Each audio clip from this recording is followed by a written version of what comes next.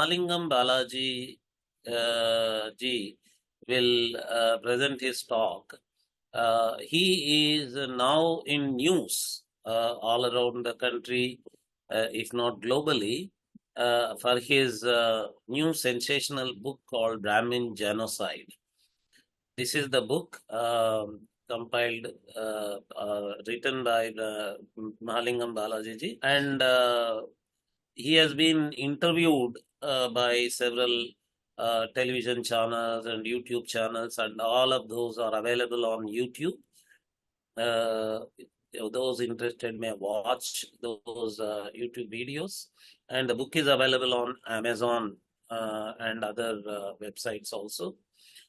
But today he is not going to talk about Brahmin genocide itself. He is going to talk about the semantics around the words related to Brahmins, how they lead to such consequences like Brahmin genocide that he talks about in his book.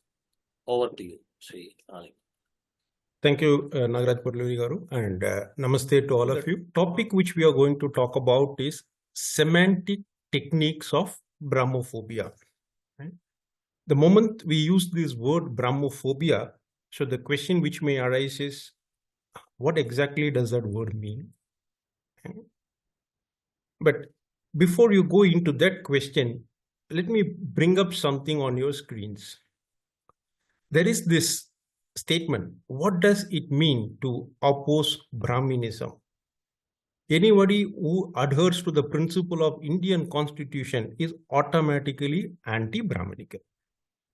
This is a title of a book which I have picked up, an article which appeared in the Hindu magazine, if I'm not wrong. So you can go on Google search this. So question to you is, how many of you agree with this view? The next question would be, if you don't agree with this view, should we challenge this view? Or should we ignore this view? Or is there any other choices which are available? Okay.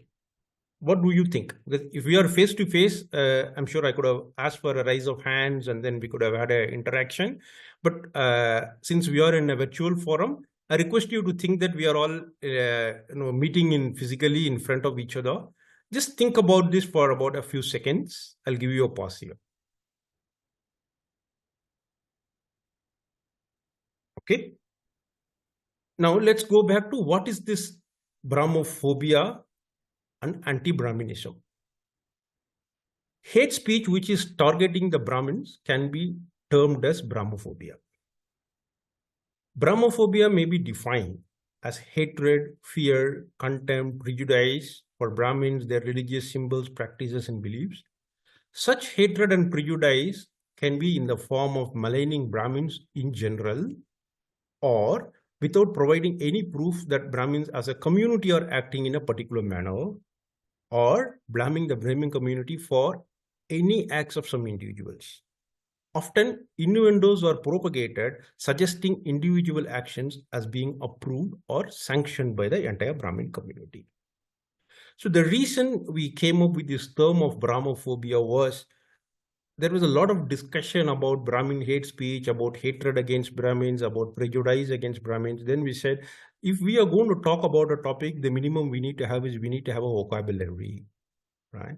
If we don't have a common vocabulary, then we are not having a good communication. Hence, this word Brahmophobia is being coined. When Brahmophobia manifests in public space, it can be termed as anti-Brahminism. Actually, the word anti-Brahminism has been in use for quite some time before. We see a lot of iteration on that. Right? Anti-Brahminism may be defined as acts or beliefs which are in prejudice or discrimination or hostility towards the Brahmin community. So these are the definitions. And for those of you who are in this call, if it is one of the key takeaways, if you may want to take, is to say that there is a word called Brahmophobia and there is a definition for it. Right? Now, what is this goal of Brahmophobia? Right? So people are doing this Brahmin hate speech, people are doing all this targeting, fake narratives. So is this some kind of a casual rant of some people, or is it that there is a motivation behind? So the ultimate goal of Brahmophobia is Brahmin genocide, Hindu extinction, and annihilation of the Bharatiya civilization. That is the goal, and it has been explained in our book. And you can see the title of the book on the top left-hand side of your screen, and on the top right is our organization's logo. Now, what is this goal? This is about a civilizational battle. Okay, that's what we describe it as. And the civilizational goal or battle goal is also Hindu extinction and total annihilation of Bharatiya civilization. Brahmins just happen to be in the way, and hence they are being targeted first. And whenever and they have finished targeting the Brahmins, they will go to the next other community, and then they will say, see, this community is behaving like Brahmins, they are being Brahminical, they are exhibiting Brahminism, and hence they will be targeted. Right? So that is how the framework will operate. We do have a quick test for Brahmophobia. So when you do come across an article or a cartoon, or whether you see an interview or somebody using those words, you may have a question. Oh, this doesn't sound like it. Sounds like unfair targeting of a Brahmin community, right? So what do? Before we assume that it is actually a Brahmophobic content, we are given a quick test, right? Which is like you can do a check on this to say, what is the relevance of caste? This is the first question we need to ask ourselves. Is identifying and calling out a person or a group as Brahmins relevant to the subject of the news article or a social media post or opinion piece or a cartoon? Is it relevant at all? If it is relevant, not even relevant, and they are dragging Brahmins inside into that, then it prima facie it looks like Brahmophobia. Is there a caste attribution to it? Is any proof offered that the person or a group acted in a particular way because they belong to the Brahmin community? Is there a proof which is offered? Substitution. Supposing you take out the word Brahmin and then put some other community or a caste or a religion name, will it still be accepted by the secular media, civil society, and eminent citizens? Will they say, yeah, I think this is fair? Or will they say this is hate speech? Right. The last question is, what is facts versus opinion? Is sufficient data shared for attributing the issue to the Brahmin community? Or is it like a claim is made and then the Brahmins are expected to disprove it? Okay. So these are the questions. So by doing this for quick questions, one can find out, oh, the article looks prima facie Brahmophobic. Then we go back and get a clarification from the person who wrote this. Right? And then say, this sounds Brahmophobic to me. Can you please clarify your context, or why are you saying this? So that's how we go about this. Now, having said that, there are some common techniques of perpetration of Brahmophobia. There are quite a few, but we just had some of the common techniques which you will come across, because the Brahmin hate speech has traveled its own path. It's over 200 plus years, or maybe even 300 plus years, you could say. And over the period, it has evolved, right? So it has been an evolving system. And with all this democracy, and we have all these hate speech laws, so they want to use the freedom of speech, and so they want to become it more and more sophisticated, the Brahmin hate speech. So it is not coming in like on your face kind of thing to say that it is apparently they're going to come and then have a hate speech directly, but they may use some indirect techniques. So what are those techniques? Today we will focus two of them. One is misusing Dr. Ambedkar's quote as a shield, and the second one is to use what is called as a circular or multiple referencing. Okay. Now, what is this technique of misusing Dr. Ambedkar's quote as a shield? So I think it's easier if we start with an example rather than go through a theory. Fine. So this is an extract from an article written, which titled Brahmins Obstruct India's Development. Okay. Now, this article says Brahminical media has created havoc for India. They selectively report things, sell their soul to anyone, and they wouldn't highlight the achievements of non-Brahmins, or would they waste any media space on, never mind if, and skewed media representation. So this article goes on and all. I'm not going to read it. Maybe I'll give you a few seconds to kind of go through it. So what is the key operative word here? Brahminical media. So that is where. So we know of media, we know of mainstream media, we know of social media. What is this Brahmanical media? Right? So that is the verbiage which is being used. Now, when this key operative word is Brahminical, in the event, right, if we go and challenge, supposing you go and challenge this, hey, this is hate language, right? So why are you targeting Brahmins? Typical defense is to claim that Brahminism does not mean Brahmins. And we quote Dr. Ambedkar's as a shield, right? The quote of Dr. Ambedkar says as it is. It says that, I have put the quote of Dr. Ambedkar below. By Brahminism, I do not mean the power, privileges, and interests of the Brahmins as a community. That is not the sense in which I am using this word at all. By Brahmanism, I mean the negation of spirit of liberty, equality, and fraternity. In that sense, it is rampant in all classes and is not confined to the Brahmins alone, though they have been the originators of it. That is what Dr. Ambedkar is saying. So whenever you go and confront these kind of words, you will come across these things, thinking, you know what, we have just referred to this not to Brahmins, because please go back and refer to Dr. Ambedkar's quote.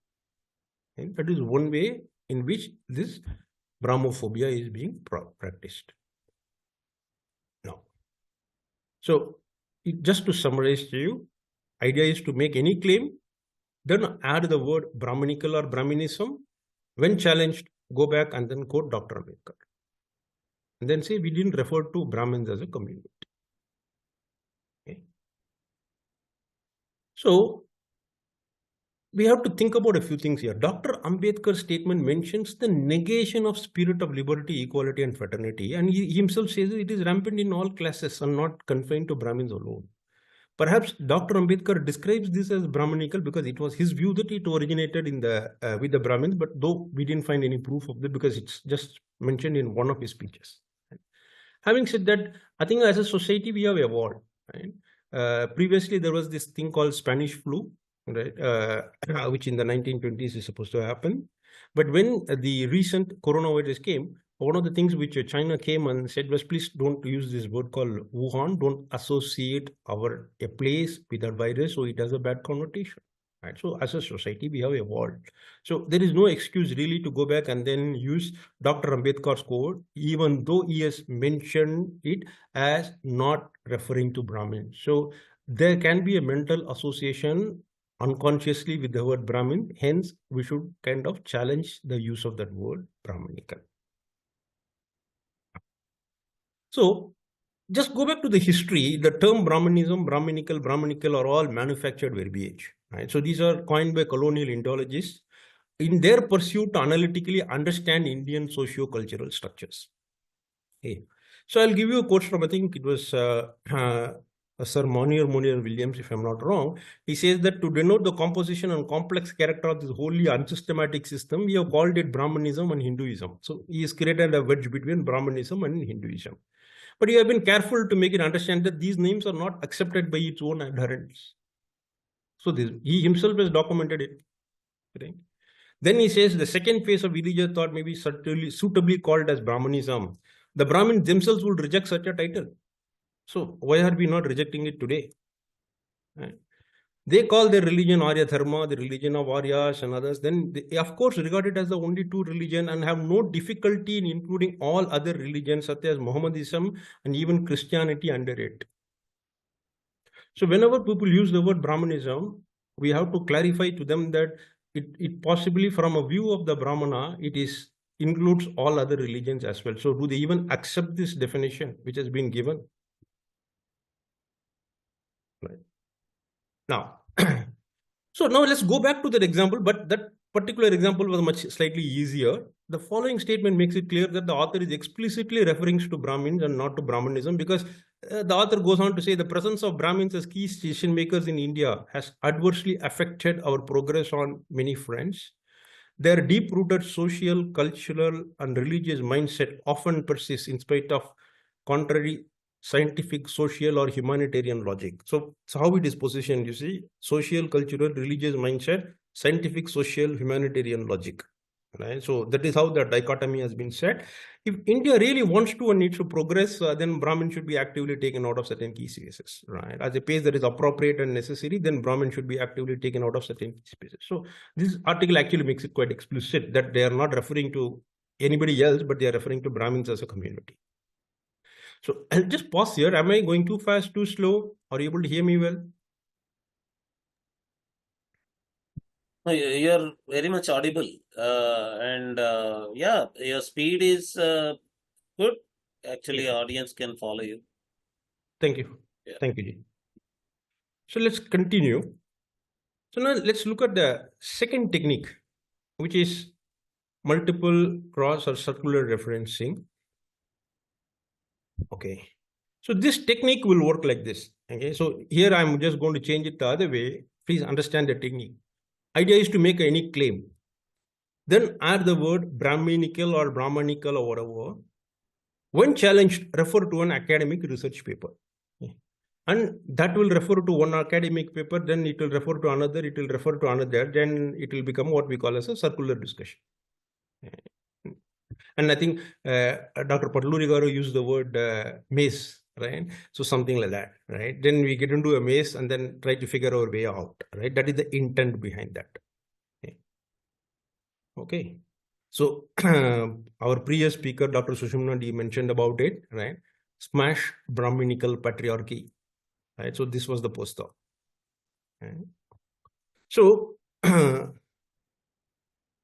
let's go into this, right? You all heard the excellent presentation of Dr. Sushumna Ji. That is one aspect of how we deal with this kind of issues on usage of the word called Brahminical and others. Right? But there is another way aspect of it which also need to be addressed, right? Which is what our organization typically does, is to go and look at it from an outsider's view, right? One is the insider view, which is important. The other one is to go and then ask the challenge, right? And how do we do that?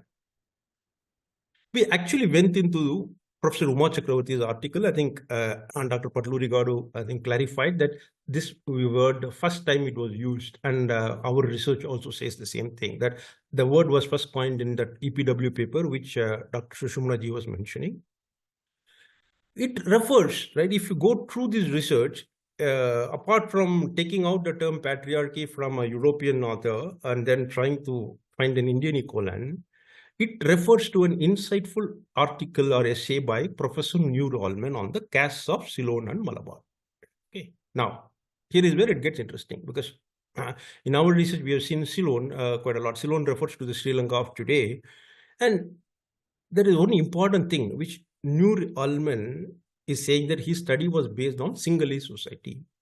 And those who know Sinhalese society know that there is no Brahmanas there. Right? And this is quoted even in Dr. Nur Allman's paper. The main distinction between Sinhalese and Hindu systems is that the Brahmins have no place in the former. Instead, the Buddhist priests and nuns who form the clerical order, not caste, are regarded as most sacred and pure people in Sinhalese society.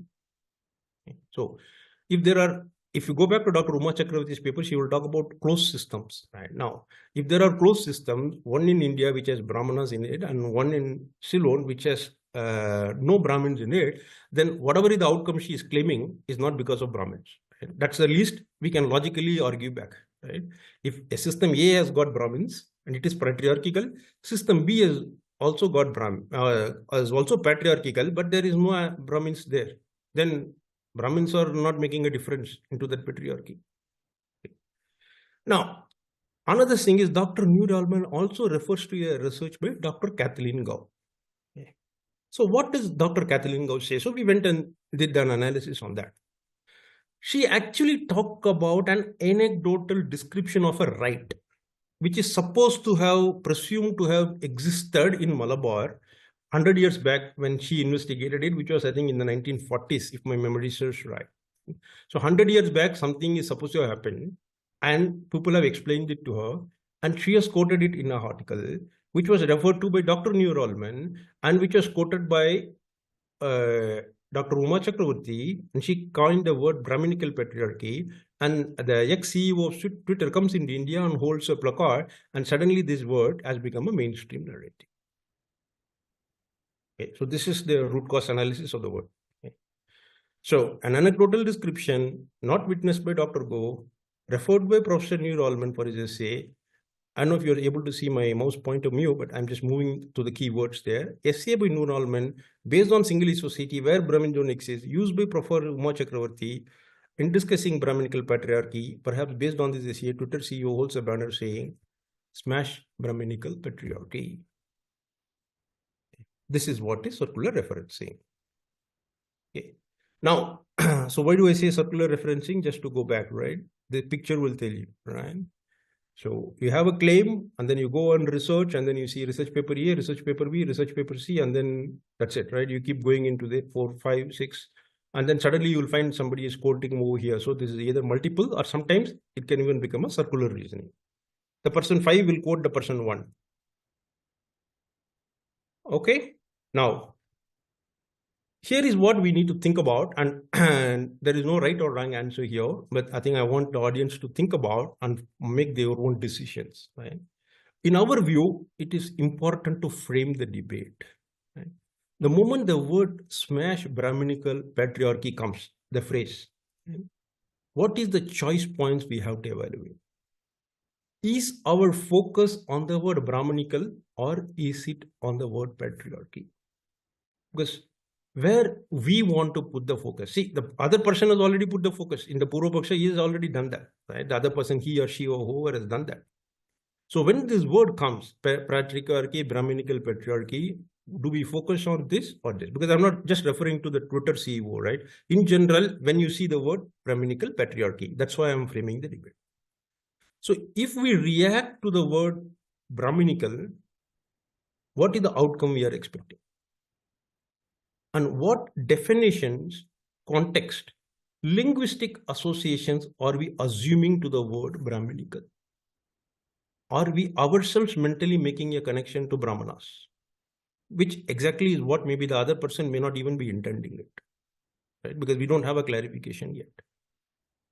So here, if we put the focus on the patriarchy, we would have argued back to say, hey, if you take the Twitter example, we could have gone to the Twitter CEO and asked, by the way, it looks like you are interested in smashing patriarchy, right? So do you go around everywhere in the world, going to that particular country and then saying there should be one version of patriarchy there? Right? Are you planning to hold the board everywhere? Or is India unique for you? Because there is no matriarchal society in the whole world from the time immemorial. That's what anthropologists have said. So we have to decide where we want to put this debate. Are we focusing on the Purva Paksha, or are we going to focus on the Brahminical part? And what is the outcome we are expecting with that? Okay. Having said that, so I have a question for you. So here is a Brahminical gulab jamun. Right? So what's Brahminical about a gulab jamun? Okay. So you can think of the two techniques which I talked about. Is it misusing Dr. Ambedkar's quote here in terms of Brahminical, or is it multiple or circular referencing? You can think about which technique are they using here. Now, you have some choice points here. Right? Every time when we see this, do we clarify and challenge, or do we ignore, or do you have another choice? Right? Because whenever I ask this question, people generally tend to fall between the two categories, so I haven't put that other one. There is a positive. Whenever I interact with people, they come back and then say me, hey, ensure we are just going to challenge, clarify, and an opportunity to dialogue. Very good. Right? But there is also a negative, because time and effort to be invested. Can it be used for more productive activities? Or are we going to go and argue back on something like a gulab jamun? Right? If decision is to challenge, right? So again, it's an individual choice, so there is no right or wrong way here. Our strongly, we will suggest that use polite, fact-based narrative and avoid any hate speech or personal attacks, right? Because then it is possibly sometimes it's a trap, and the other person may be just expecting you to kind of go back and then be getting emotional. It doesn't help, and hate speech should be avoided, right? It has no place in a civilized society. So that's our recommendation. So this one was easy, right? So now let's look at this. Go back to where we started. What does it mean to oppose Brahmanism? For those of you who say that, like, I don't agree with this view on Brahmanism, now the question is, do we respond or do we not? Now here it gets interesting, Ryan. We have the challenge to clarify or challenge or to ignore. If you want to challenge, then there are positives like you can clarify or there is a negative. But in this case, it gets a little bit more tricky because we have a best practice recommendation here. Always seek clarification and understand the author's perspective on context before proceeding to articulate an opposite view. Because oftentimes we do have some people come and work with us, and then they say, you know what, when they see this, they say, I'm going to write a 3-page article countering this. Fantastic. But the first question I ask is, okay, how do you know what the author wanted to say? What is the context? What is the outcome you are expecting? If the idea is to go and say, okay, we are very intellectual, so we have countered him, her, or him or her, others, but it serves the purpose. But what other purpose? Do we even know why this author said what he said? Did we check a clarification? Do we know what is the perspective? If we don't, then there is another problem which we will face, which is if a person, example, writes an article to say that, oh, Indian constitution actually is also quite aligned with the Brahminical values, for example, as a counter, because this person doesn't understand the context of how Mr. Rajiv has written the article. So he's going to write an intellectual essay and saying that, oh, it is all in alignment with the Brahminical. So 3 months later, another person may write an article saying that, see, Indian constitution follows some of these Brahminical practices, so which need to be negated. And then they will quote exactly the few points which are quoted in the refutation article. So then what do we do next? So something to think about, right? So sometimes what we write should not open up the difficulty for a future, or open the door for a future discussion. So some of these techniques we have explained in the book, so I can't go into the detail here. So understanding of the landscape, understanding of the civilizational battle is very important, because these semantics are not done as a scholarly debate. These semantics are done as part of civilizational battle. And in the battle is not a choice. Battle is not an easy thing. Battle is not like a picnic, right? Battle has to be fought seriously. Battle has to be followed in a meticulous way, but within our constitutional means, of course, right? So we are not talking about anything which is not against, but within the context of this scholarly setting, we need to know how to challenge this. So what is the Brahmophobia's ultimate goal? Brahmin genocide, Hindu extinction, and annihilation of the Bharatiya civilization. So in fact, we do have a petition going on how to stop the hate speech against Brahmins. So if any of you are interested, you could go and then look at it and then support this petition. Just the line of our work. So before we end this session, together let's challenge the fact narratives. That's how our tagline has been. The fake narratives are the ones which are really being used in this war against our civilization. So we can follow us on these places. And before I open up for question, this is a question which gets often asked: what is the name? Why is the name Asi chosen? The name Asi chosen was for two reasons. One is, as a traditional Brahmanas, we are not supposed to show our name or highlight our name, but in the social media world, we are supposed to, otherwise the authorship becomes anonymous. So that's why we chose to put my name into the book. But apart from that, the word Asi is how we prefer this. The Asi is the sword from the Mahabharata. It is described here in the Shanti Parva, and this is the sword of the Sanatana Dharma. Right? So we are actually an action-based organization. So we look at outcomes. So we want action-oriented scholarship, which we are going to use it for our next activities. That's how our scholarship is defined as. That's why we use the word the battle sword of the Sanatana Dharma. That's Asi. So I pause here. Thanks for the opportunity, and then I want to leave the floor for any questions. Dr. Nagaraj Parlurikar, any questions from the audience? I don't see any questions in the Q&A box yet. So, okay, outstanding presentation, Sri Mahalingamji. Thank you for equipping us to counter these baseless and bigoted arguments. Is from Reshma Ranjit. Reshma Ranjit's comment. Thank you very much, Reshma ji. And as Shankar Narayan Garu was suggesting, questions can be from the panelists also. So if there are any questions from panelists, we can take up, and otherwise we'll move on to the next topic.